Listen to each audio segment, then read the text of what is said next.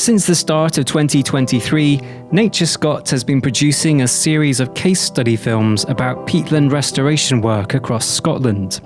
The reality of producing these films has not always been glorious sunrises and spectacular vistas. The other challenges, the weather. Can I just blow my nose? It's quite difficult when you've got rain dripping down your back. I'm trying to get to... Very windy. The nature of producing these films means that we are at the mercy of the good old Scottish weather. But once we're out on location, we'll film interviews come rain, sun, wind, or snow.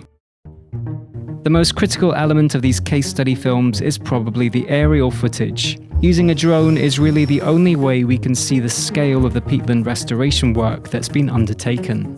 But the nature of aerial filming means that it has to be dry, and perhaps more importantly, not too windy.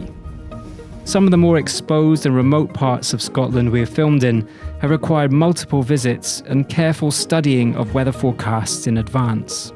And since peatland restoration work is largely completed in the winter months, we often need a great deal of luck to get the optimum conditions. It's a challenge, but something we really enjoy, and we hope that these films can encourage others to get involved with this vital work to help combat the climate and nature crises.